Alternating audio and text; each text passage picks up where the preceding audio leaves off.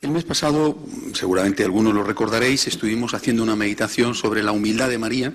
Estamos, aunque no sea propio del tiempo litúrgico que estamos viviendo, la Cuaresma, estamos meditando siempre la vida de la Virgen tal y como fue ocurriendo, paso a paso. Por lo tanto, hay momentos que desde luego no tienen nada que ver con, repito, con el tiempo litúrgico. El mes pasado meditamos el acontecimiento de Belén y este mes vamos a meditar desde la adoración de los magos hasta la huida a Egipto. María como, por ejemplo, mujer emigrante, mujer exilada, el niño ya perseguido desde poco después de nacer.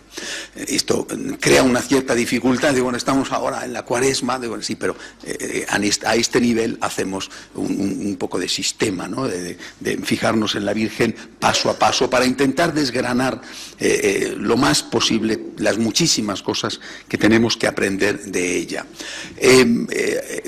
Si el mes pasado me fijé en la humildad de María, y seguramente recordaréis, dije la humildad de Jesús, cómo vive Jesús la humildad, una humildad activa. Él, como Dios, toma la iniciativa de humillarse. La Virgen María lo vive desde otra perspectiva que es mucho más frecuente para nosotros, la de aceptar las humillaciones que te vienen dadas, aceptar aquellas cosas que tú no has buscado pero que la vida te da, planes rotos, enfermedades, problemas con los hijos, no conseguir los objetivos que uno se había trazado. Bueno, ese fue el tema de meditación del mes pasado. Os recuerdo que está siempre accesible en la página web de nuestra televisión, magnificat.tv. Además, en este caso, ya uno se ha tomado la molestia incluso de transcribir el texto. Y ahora vamos a fijarnos en esta otra etapa, continuación, adoración de los reyes y huida a Egipto. Y si tuviera que fijarme en esto, y digo una palabra, resumir en una palabra lo que esto significa, a mí me parece que sobre todo representa una actitud por parte de María de confianza y de abandono. Abandono en Dios. Y por eso quisiera en esta meditación hablar sobre la confianza, la confianza ligada a la fe en su dimensión de confianza. ¿Por qué la confianza? Porque podríamos hablar también de humildad, ¿no? En el sentido de que planes que no salen, cosas que te llegan de improviso, que tienes que aceptar. Pero creo que este arriba y abajo, que sobre todo que representa esta etapa, ¿no? Arriba, de repente unos magos de Oriente que vienen a ti, humilde aldeana, a traerte oro, incienso y mirra. Oye, lo del oro es el oro, ¿no? No sé con lo otro qué haría la Santísima Virgen, pero el oro es el oro, en cualquier lugar y en cualquier época, ¿no? Bueno, lo que debió de ser aquello en Belén, aquello fue un boom, o sea, con eso tuvieron las comadres de la aldea para hablar durante generaciones, ¿no? Bueno, es una arriba, ¿no? Y luego, poco después, no sabemos si fue semanas después o meses después, tampoco lo sabía Herodes, por eso dice que mandó matar a los niños, que dice de año y medio para atrás, ¿no? Poco después, un abajo, coge al niño, le dice el ángel a San José, y sal corriendo hacia Egipto porque Herodes le busca para matarle. Un arriba y abajo, que es la vida.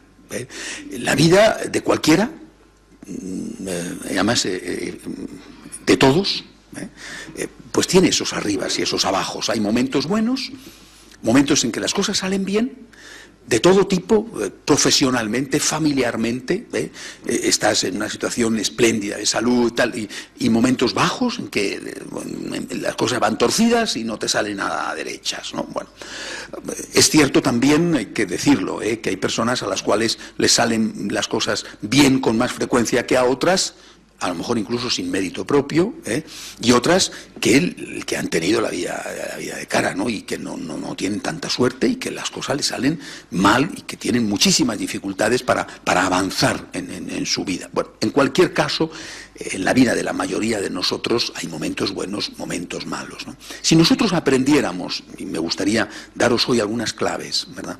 Si nosotros aprendiéramos a navegar por estos altibajos de la vida, por estas olas, arriba, abajo, a ser capaces de mantener una estabilidad, esto nos haría muchísimo bien, sería muy útil para nosotros. Y yo, cuando pienso en María, pienso en una persona que, por supuesto, tendría sus días mejores y sus días peores, porque era un ser humano, ¿verdad? Pero pienso en una persona que era capaz de ser estable, ¿no? De no tener picos de sierra, de euforia y depresiones profundas donde no había quien se le acercara, sino que vivía una estabilidad. ¿Y cuál era el secreto de esa estabilidad? No que no le afectaran las cosas tipo Buda. Si no amas a nadie, no sufres, ¿no? Apaga en tu corazón todo afecto y así nada te hará sufrir. Es decir, la única forma de que tus hijos no te hagan sufrir es que no tenga hijos. Hombre, pues claro, eso es una fórmula, repito, la fórmula budista, pero no es nuestra fórmula, ¿no? Bueno, el cristianismo, al contrario, habla del amor y no de la retirada del mundo para que nada te haga sufrir. En cambio, María, su secreto y su fórmula estaba precisamente en la confianza y en el abandono. Por eso me gustaría, en esta meditación de esta tarde, poder fijarnos en María como ejemplo de confianza, de abandono, para que después cada uno, naturalmente, lo intente aplicar a su vida, a su aquí y ahora, que a lo mejor el aquí y ahora no es tan necesario aplicarlo porque estás ahí arriba, ¿verdad? Pero el mañana puede ser estar a medio camino de la cresta o abajo del todo, en el fondo de la ola. Bueno, por eso creo que hay que empezar por hablar de la relación entre fe y confianza. Después hablaré sobre la relación entre la fe y el agradecimiento. Por fe, lo normal es que entendamos que fe consiste en aceptar una serie de verdades, lo que llamamos verdades de fe, una serie de principios teóricos, doctrinales o también morales. Yo tengo que creer esto, los dogmas de fe, y tengo que intentar practicar esto. Tengo que creer esto y comportarme así. Bueno, esto es lo que entendemos por el depósito de la fe, cómo tiene que comportarse el cristiano y en qué tiene que creer el cristiano. Y esto obviamente es verdad, es decir, esto es la fe. Pero reducimos la fe, le quitamos una parte importante si no tenemos en cuenta este otro aspecto ligado a la fe, que es la confianza. Si vemos la fe como un mero ejercicio intelectual, yo creo en unas verdades, acepto unas verdades, estamos privando a la fe de un elemento cordial, de un elemento del corazón. Yo no solamente por la fe creo, sino que yo por la fe confío. Ahora, para poder tener fe, esa fe intelectual, y para poder tener ese otro aspecto de la fe, que es la confianza, hay que partir de un principio fundamental. Y esto enlaza con el tema del mes pasado, la humildad. ¿Por qué la humildad es imprescindible para la fe y para ese aspecto de la fe que es la confianza? Porque la humildad consiste en situarse a uno mismo tal y como es, delante de la realidad, delante de esa realidad que es Dios y delante de la realidad que es el prójimo. Por tanto, si tú eres una persona humilde, tú estás considerándote a ti mismo, situándote a ti mismo tal y como eres, delante de Dios y del prójimo. ¿Cómo te sitúas tú delante de Dios? Nosotros lo sabemos, la fe nos lo dice. Yo me sitúo delante de Dios como una criatura, por tanto un inferior, y como un hijo, una criatura, el dogma de la creación. Si tuviéramos que decir cuál es su raíz, diríamos que la religión judía, nosotros lo creemos, lo creían los judíos, y yo soy un hijo porque Cristo me ha hecho hermano suyo por el bautismo, hijo adoptivo del Padre. Por tanto, yo me sitúo delante de Dios como criatura, como inferior y también como hijo adoptivo. Esto es lo que me dice la fe, por tanto, yo sé que soy inferior a Dios. Si yo asumo mi inferioridad con respecto a Dios, lo asumo de una forma natural, no lo asumo desde algo que provoca en mí una rebeldía. Yo no quiero ser inferior a Dios. Yo estoy feliz de ser inferior a Dios. Si yo asumo esto, asumo esta inferioridad a Dios como algo natural, inmediatamente yo voy a dar el paso a la fe sin que eso suponga en mí esa rebeldía plasmada en el pedir continuamente explicaciones. A mí me tienes que demostrar todo. A mí me tienes que decir el por qué pasa esto, lo que sea. ¿Por qué esta enfermedad? ¿Por qué este imprevisto? ¿Por qué esta muerte? ¿Por qué este problema económico? Yo soy, os lo decía el mes pasado, hablando de la Virgen y de la humildad de la Virgen, yo soy lo que yo soy. Es decir, yo no soy Dios. El mes pasado os decía, hablando de María y de su humildad, la ponía en comparación con Eva.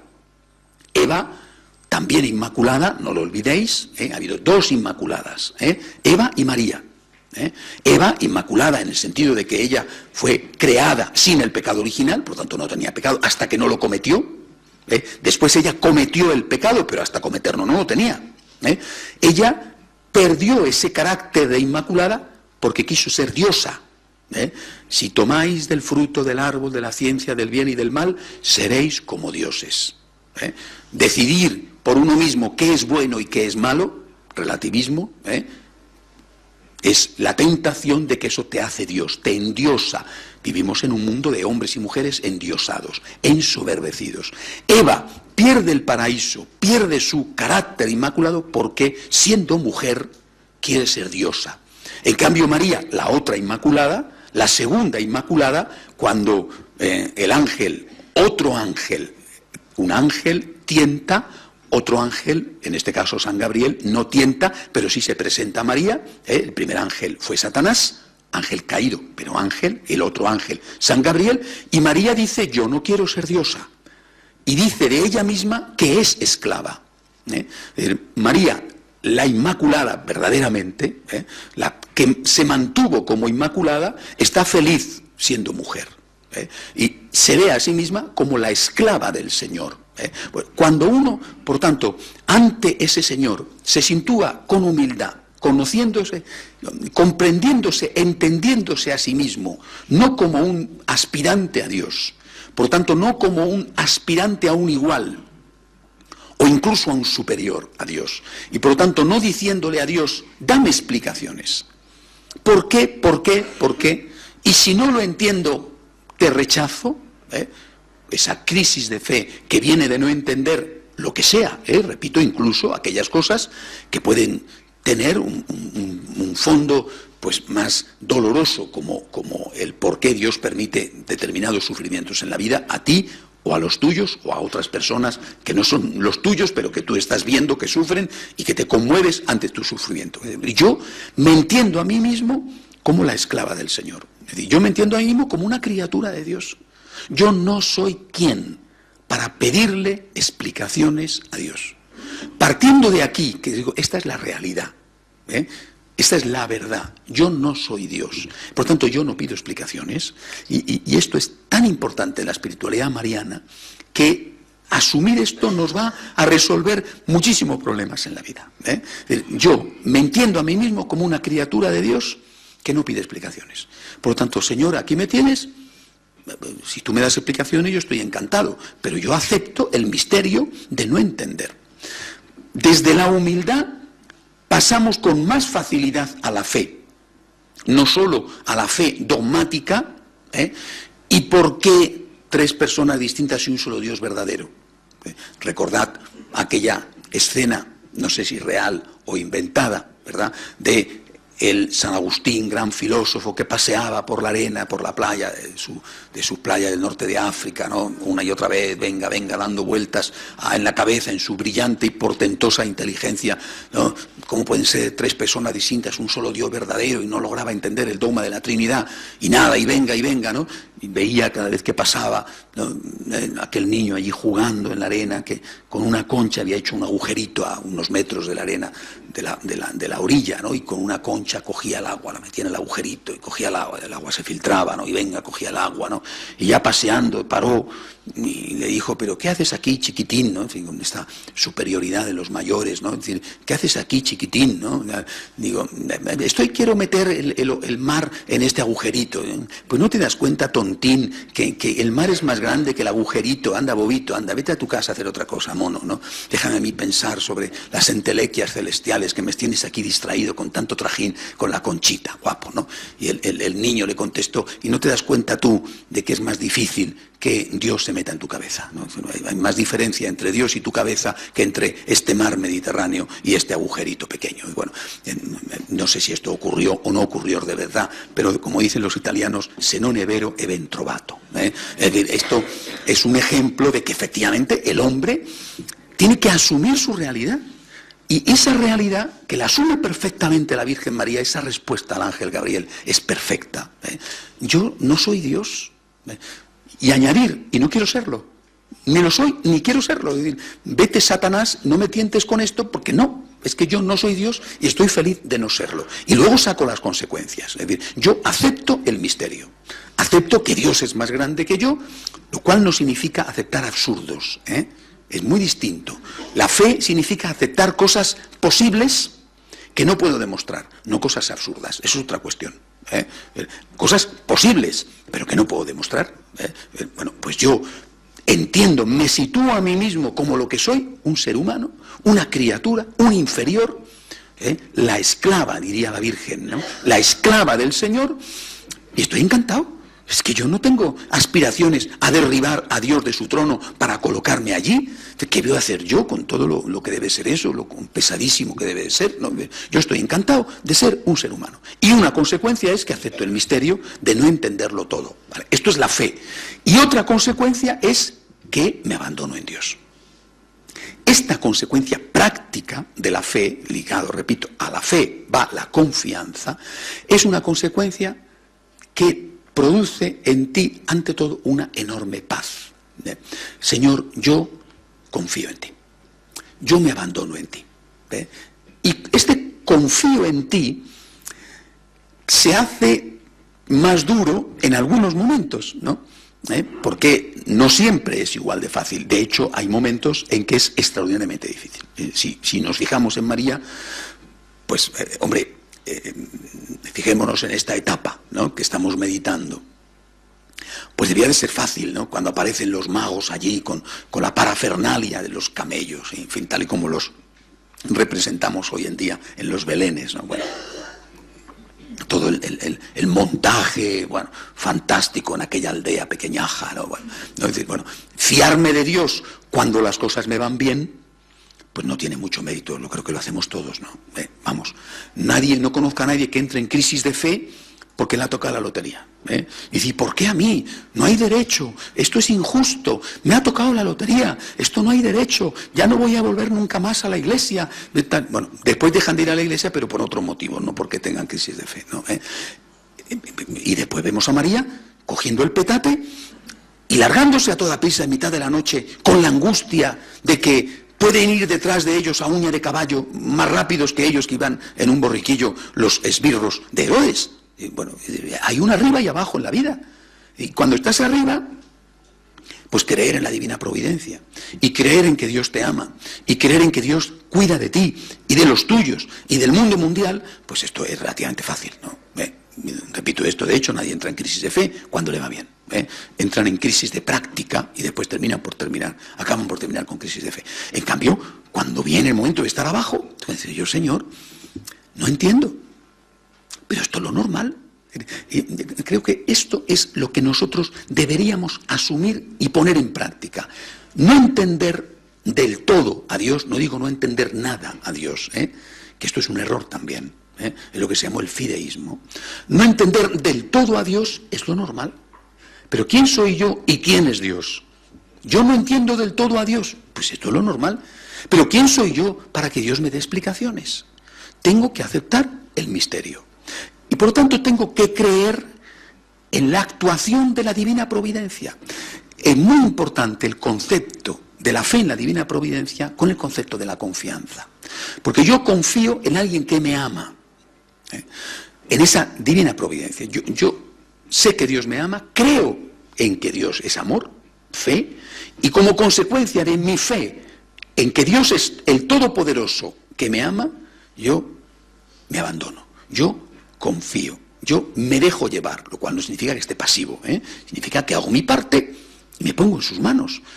Yo no soy Dios, yo no puedo resolver mis problemas, ni los problemas de los míos, ni los problemas del mundo. tengo que hacer mi parte y dejarme llevar, porque si no vivo en una angustia y una zozobra que acaba conmigo y que me atenaza y que termina por hacerme un inútil, porque vivo tan nervioso que lo que hago con una mano lo destrozo con otra. Y a lo mejor resuelvo determinadas cosas, por ejemplo, en el trabajo, y estoy estropeando otras en mi familia, ¿no? Porque vivo, en el fondo, exigiéndome a mí mismo ser un Dios, ser un Superman, ser alguien que resuelve, pues haz tu parte con toda tu intensidad y aprende a confiar. Aprende a delegar en Dios. Es decir, mira, Señor, yo me abandono en ti, me pongo en tus manos, he hecho todo lo que he podido y ahora estoy en tus manos, ¿no? Muchas veces en mi vida, sobre todo, muchas veces, pero en estos últimos años, en algún momento que especialmente he pasado momentos muy difíciles, yo me decía a mí mismo, y se lo decía al Señor, ¿no? Yo no estoy en manos de fulanito, no voy a poner aquí ahora nombres, ¿no? Yo no estoy en manos de fulanito, yo estoy en manos de Dios. Y tú vas a lo mejor a una operación quirúrgica, ¿no? Yo estoy en manos del médico. Nunca estás en manos del médico, nunca, estás en manos de Dios, que va a actuar a través del médico, pero yo no estoy en manos del médico, yo estoy en manos de Dios. Yo no estoy en manos del jefe de la empresa, o de los accionistas, o de los trabajadores, yo estoy en manos de Dios. Y esta es mi paz, estoy en manos de Dios. Este es un ejercicio que tenemos que hacer y que está ligado, repito, necesariamente a la humildad. Es decir, a situarte tal y como tú eres delante de Dios. Tú no eres Dios, asúmelo, y además asúmelo con gusto, con alegría. Ni lo soy, ni lo quiero ser.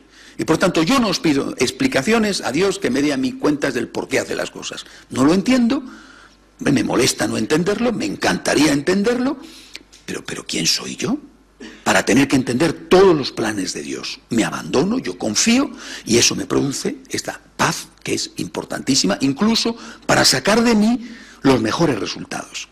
Ahora, en ayuda de nuestra debilidad, tendría que venir una cosa. Por supuesto, viene siempre la gracia de Dios, pero tendría que venir otra cosa, y es la memoria. Por eso, muchas veces os he hablado de la importancia de la memoria a la hora del agradecimiento y también a la hora de la confianza, a la hora de la fe en la divina providencia. Y los hombres, cuando digo los hombres, digo los hombres y las mujeres, ¿no? El ser humano, tenemos una memoria muy selectiva. Recordamos con minuciosidad las cosas malas y olvidamos con una gran rapidez las cosas buenas. Tanto las cosas buenas que nos han pasado como las cosas buenas que nos han hecho. Y a la vez, en cambio, recordamos por años sin término, como dice el Antiguo Testamento, las desgracias y las injurias. Y esto es un error. Esto eso nos hace mucho daño y es injusto. Yo creo que nos ayuda a vivir con esta actitud de humildad que genera confianza, de abandono en la divina providencia, la memoria.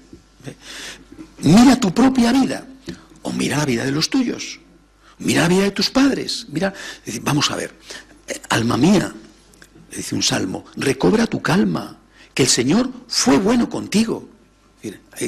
Recuerda, es que estás recién nacido, es que no ha habido en tu vida antes otros arriba y abajo, es que no ha habido antes momentos en los cuales parecía que la barca se hundía, en los cuales parecía que todo iba a ir a pique, y sin embargo después has comprobado que cuando te has mantenido firme, sin ponerte nervioso, unido al Señor, aquello que parecía una gran desgracia ha sido una gran bendición. Para ti o para otros, porque a lo mejor Dios ha permitido una desgracia para ti, que ha sido una bendición para los demás, quizá por el testimonio que tú has dado a la hora de vivir esa desgracia, de afrontar esa desgracia. Por lo tanto, confía y haz uso de la memoria. Hace unas semanas en la homilía os decía, en la homilía de un domingo, os decía que los hombres nos preguntamos, de hecho más los hombres que las mujeres, nos preguntamos habitualmente ante cualquier cosa que supone dolor, no ante cualquier cosa, sino ante cualquier cosa que supone dolor, el por qué, ¿no? Es lógico preguntarnos el por qué, es bueno preguntarnos el por qué, porque eso puede evitar que determinadas cosas se repitan. Pero hasta un punto, ¿no? Porque, insisto, no somos dioses. En cambio, prácticamente nunca nos preguntamos el para qué.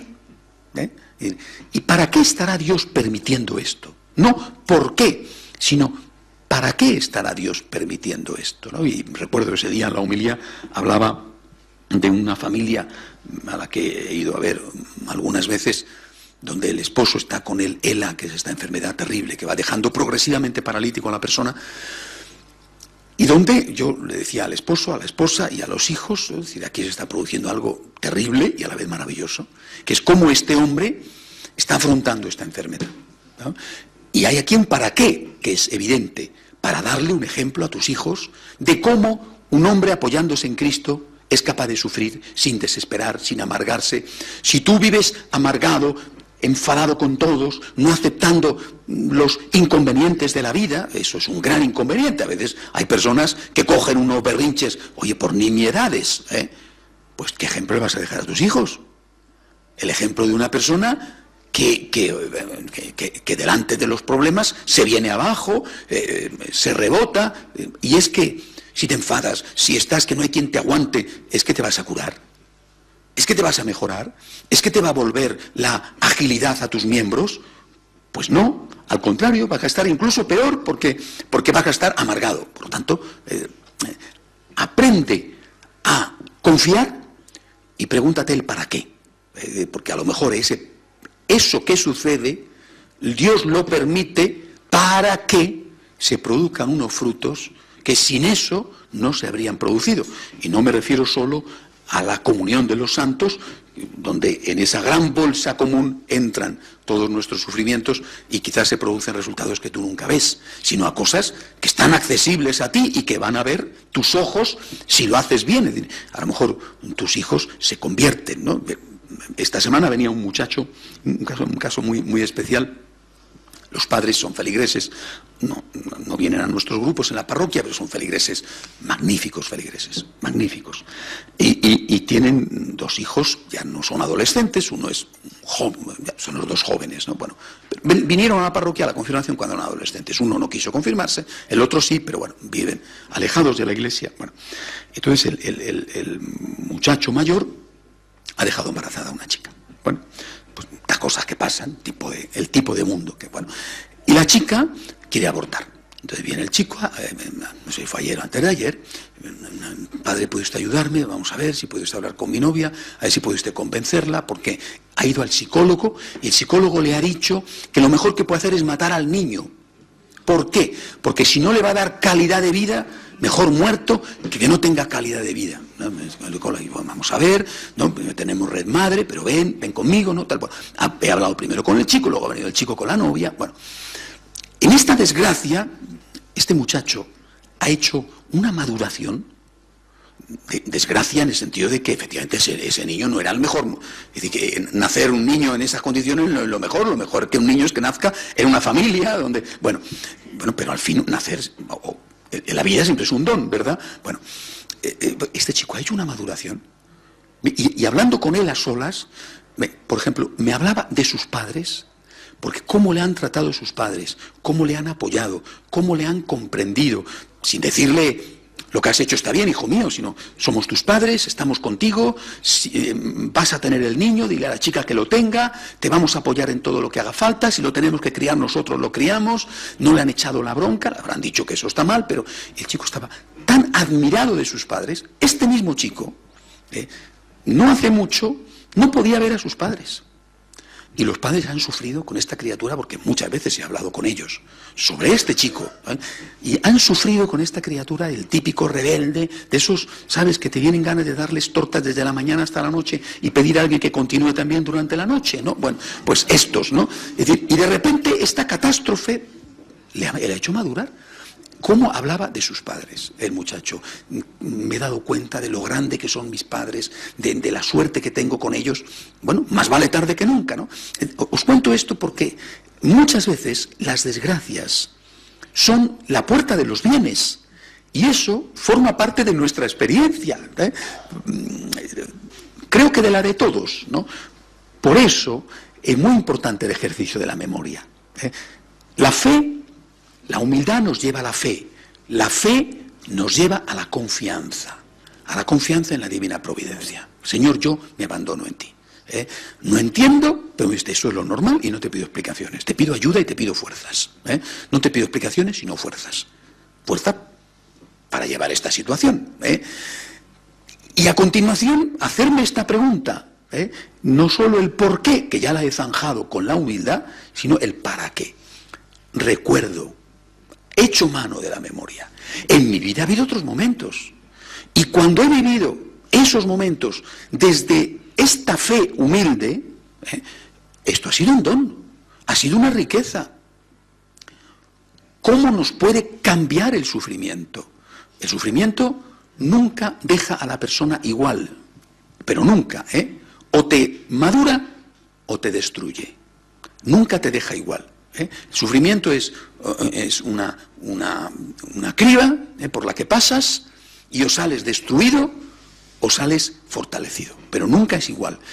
Pero cuando lo has vivido con esta actitud de confianza en Dios, de fe en la divina providencia, no entiendo, pero lo acepto y ayúdame, eres más fuerte, eres más humilde, porque no eres el triunfador eterno, de oye, bueno, aquí somos todos iguales. Y eres más misericordioso, porque ahora sabes lo que es sufrir. Mira, será tu problema distinto del otro. Bueno, a ti te parecerá que el tuyo es lo más de lo más, porque eso seguramente le pasa a todos, o nos pasa a todos, pero sabes lo que es sufrir. Y quizá antes no lo sabías, porque a lo mejor como todo te había ido tan bien, pues chico, no habías tenido ocasión de experimentar en carne propia el mordisco del dolor, y ahora lo estás experimentando. Carne propia, aunque sea ajena, por ejemplo, en los hijos o en los amigos, ¿no? Bueno, yo, porque creo, confío. Y porque confío, tengo paz. Y porque confío, apoyándome en esa experiencia anterior, pues afronto esas circunstancias sin venirme abajo y siendo capaz, con la gracia de Dios, de transformar un mal en un bien.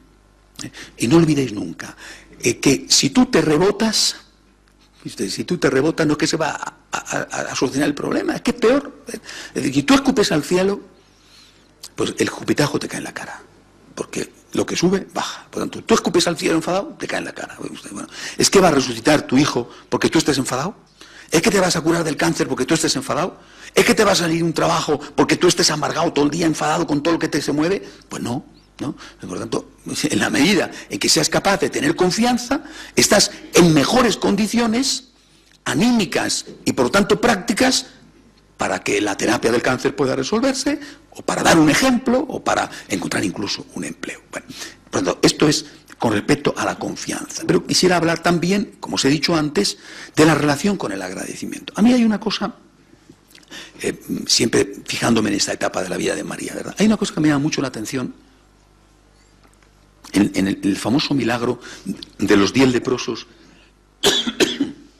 cuando vuelve el leproso, el samaritano, que vuelve a dar las gracias, el único que vuelve, ¿no? El Señor pregunta, ¿dónde están los otros 9? Lo pregunta con tristeza, con dolor, ¿no? Es que no han quedado curados los otros 9, ¿dónde están? Solo ha venido este samaritano. Bueno, pero lo que me llama la atención, aparte de esto y del dolor de Jesús, es la respuesta, o lo que le dice el Señor al leproso que ha vuelto. Le dice, no sé si os habéis fijado, le dice, vete en paz, tu fe te ha salvado.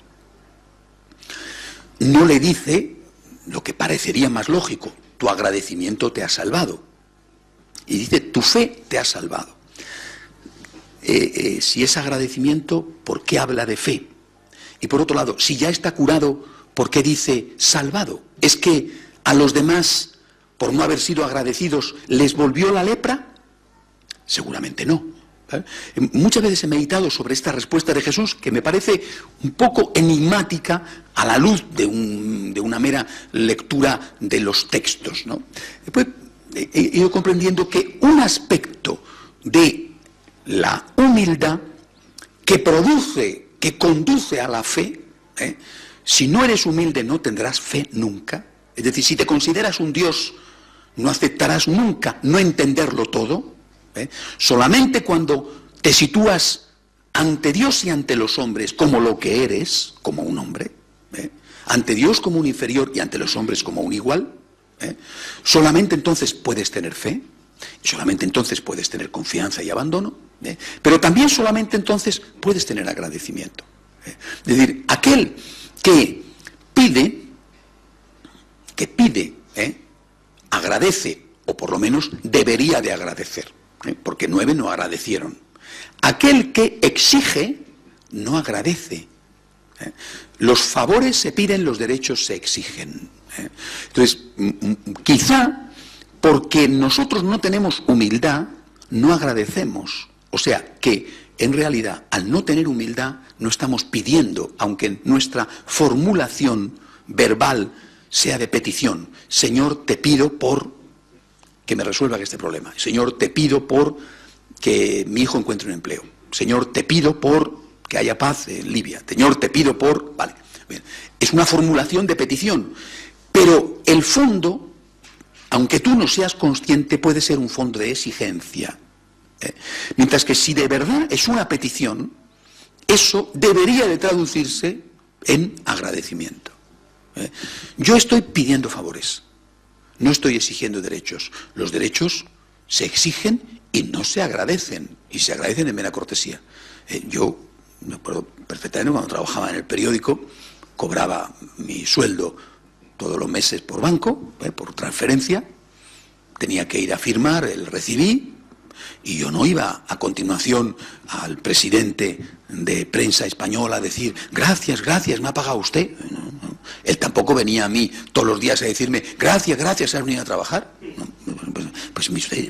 Yo no tenía nada que agradecerle a él ni él a mí, ¿no? Era un contrato por el cual yo prestaba mi trabajo y él me daba un dinero, pues es lo normal, ¿no? Pero, es decir, ahora, los favores sí, los favores se piden, no se exigen. Y nosotros, como no somos humildes, exigimos los favores. Es decir, tratamos a Dios no como, ni siquiera como a un igual, sino como a un inferior.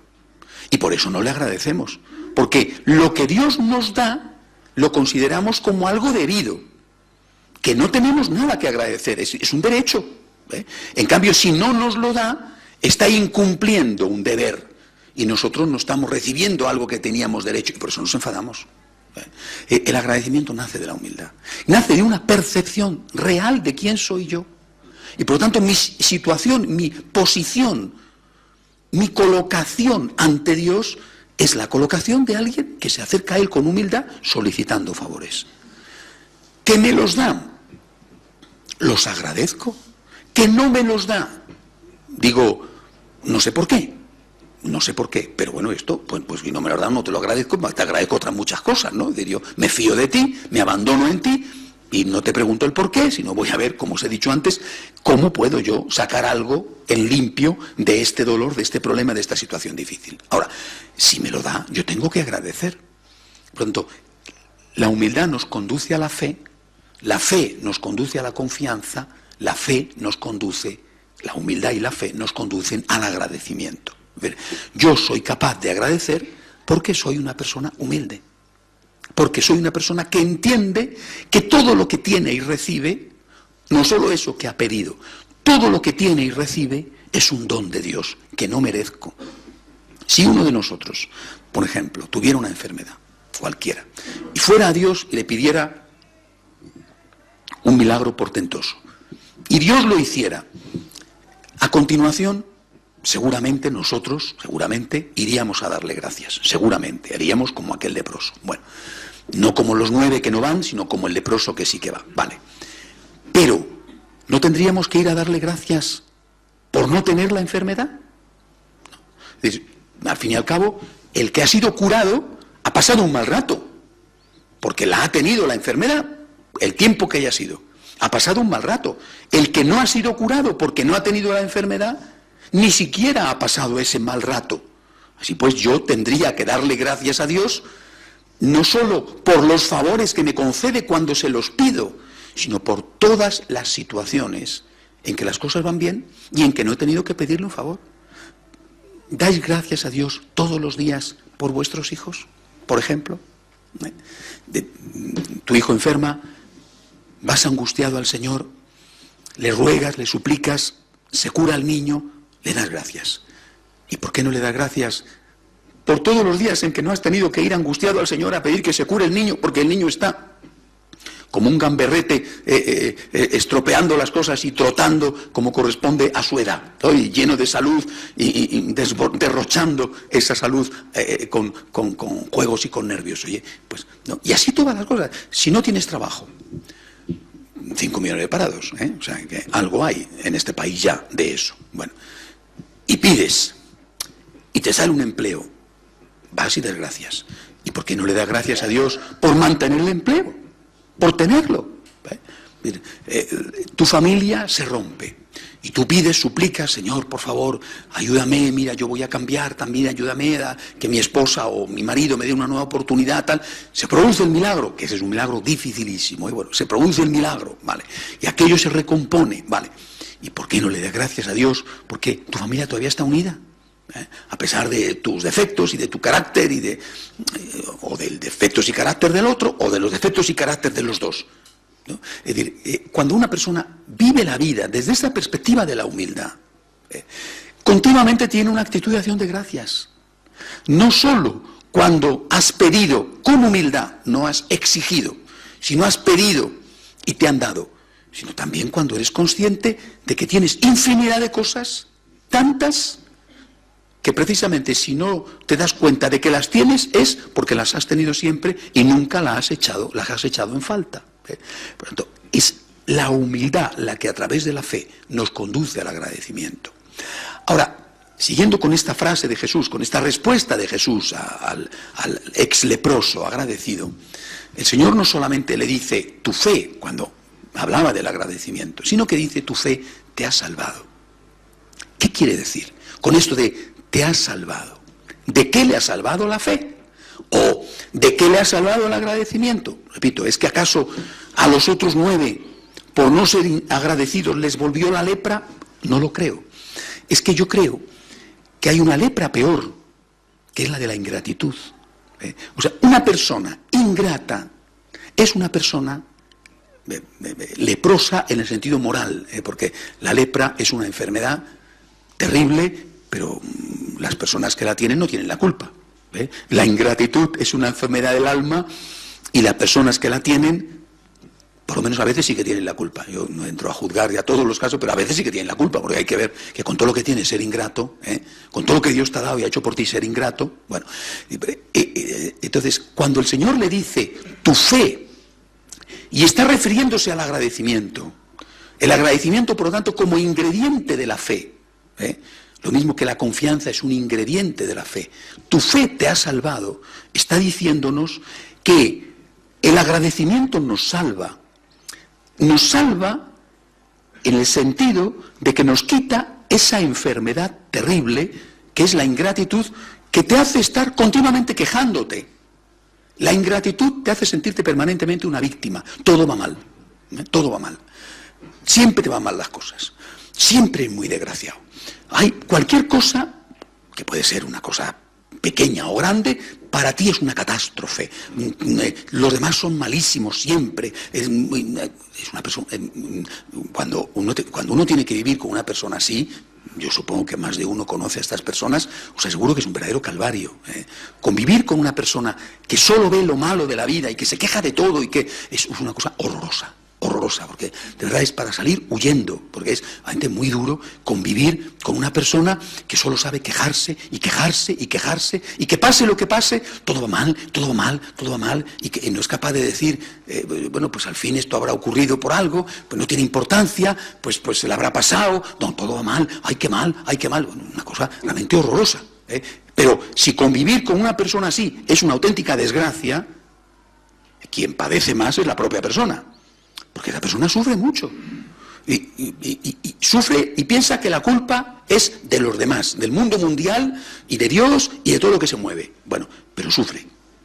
Sufre mucho. Una persona ingrata es una persona que vive quejándose permanentemente, es una persona realmente muy desgraciada. Por tanto, el agradecimiento te salva. El agradecimiento te permite ser feliz. Y desde la otra perspectiva de la salvación, el agradecimiento te va a abrir a la vida eterna. te va a abrir a la salvación de aquí, ayudándote a disfrutar de la vida. Oye, pues claro que sí, que en mi vida hay cosas que van mal, pero también hay muchas cosas que van bien. Y te va a evitar muchos berrinches, muchos sofocones, muchos disgustos, muchos enfados. Oye, pues esto ha pasado, pues esto ha pasado. Bueno, pues mira, se le habrá olvidado, pues no habrá tenido en cuenta no sé qué. Pues ¿qué le vamos a hacer? Pues no, que vamos, y venga. Por favor, ya está bien, ¿no? Ya está bien. Bueno, pues esa persona sufre mucho y hace sufrir, ¿eh? Bueno, a la vez, la persona agradecida es una persona que vive con la perspectiva del cielo, ¿eh? Claro que ese es un tema que hay que dejar a Dios, ¿verdad? Repito, hay que dejarlo a Dios porque solo Dios es juez, ¿no? De cuánto es culpable de su ingratitud el ingrato, no lo sabemos, ¿no? Eso hay que dejárselo a Dios. Pero no cabe duda de que el que agradece se salva, ¿eh? ¿Por qué? Porque el que agradece está en gracia. Y se salva el que está en gracia. La palabra gracia, está relacionada con la palabra gracias. Estar en gracia es estar unido a Dios, ¿verdad? Una persona que agradece a Dios está unido a Dios. Porque incluso aunque sea un pecador, inmediatamente dice, perdóname, Señor, porque realmente no quería ofenderte, o si te he ofendido, perdóname, porque fíjate, con todo lo bueno que tú eres conmigo, no te mereces de que yo haga esto. Resumiendo, por lo tanto, nos fijamos en María. En esa etapa de su vida de los arribas y abajos, después entraremos en la etapa de la vida ordinaria, discreta, donde no nos consta que pasaran grandes cosas, ¿no? Los 30 años corrientes de Nazaret. Pero ahora nos fijamos en esta etapa del arriba y abajo. Los magos, la huida, el día que te va bien y de repente el día que te va mal. La humildad la hace no hacer preguntas. La humildad la lleva a tener fe. Yo no soy una diosa, yo soy la esclava del Señor, a mí no me tienes que dar explicaciones. Esa actitud de abandono y de confianza le da una enorme paz. La permite afrontar eso sacándole a sus pocas posibilidades el mayor partido. En lugar de estar ahí enfadada con lo humano y lo divino, se dedica a recoger rápidamente el hatillo con las 4 cosas imprescindibles, quizá alguna monedita de oro que le dejaron los magos, y venga, armamos el borrico rápido y ya estamos danzando, porque no tenemos ni un momento que perder. Bueno, y eso es el fruto de la humildad, el fruto de la fe, el fruto de la confianza. Pero luego eso se transforma en agradecimiento. La humildad, el saber que todo es gracia, que todo es don, que no nos lo merecemos, que si tenemos salud es un regalo de Dios, que si tenemos trabajo es un regalo de Dios, que también tendremos una parte nuestra en la salud y en el trabajo, pero que es un regalo de Dios. Y que esa persona que no lo tiene, que no tiene salud, no es peor que tú. No es un castigo divino. Dice usted, yo no lo entiendo, pero yo sé que tengo mucho que agradecer. Y por lo tanto, ese agradecimiento me salva. Tu fe, tu agradecimiento te ha salvado. Me salva porque me hace feliz. Porque me ayuda a ver las muchas cosas buenas que van bien en mi vida y a no estar continuamente fijándome en lo malo. Porque cuando una persona es agradecida, la gente está muy a gusto con ella, la quieren más. En cambio, cuando una persona es una gruñona, pues esa persona, todo el mundo la huye, porque todo el mundo dice, oh, vaya carácter, ¿no? Oh, qué personaje, ¿no? Es decir, todo el mundo se marcha de su lado y dice, a ver si la pierdo de vista, ¿no? Pero no sabe más que quejarse. Bueno, pues esa persona resulta más agradable, tiene más amigos, es más feliz. Y luego nos abre, repito, las puertas del cielo.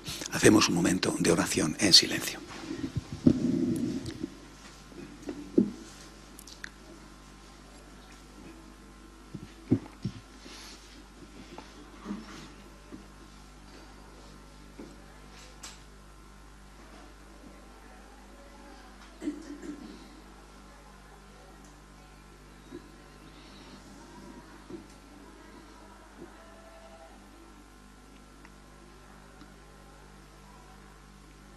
Dios te salve María, llena eres de gracia, el Señor es contigo. Bendita tú eres entre todas las mujeres y bendito es el fruto de tu vientre Jesús. Santa María, Madre de Dios, ruega por nosotros pecadores, ahora y en la hora de nuestra muerte. Amén. Gloria al Padre, al Hijo y al Espíritu Santo. Ave María Purísima.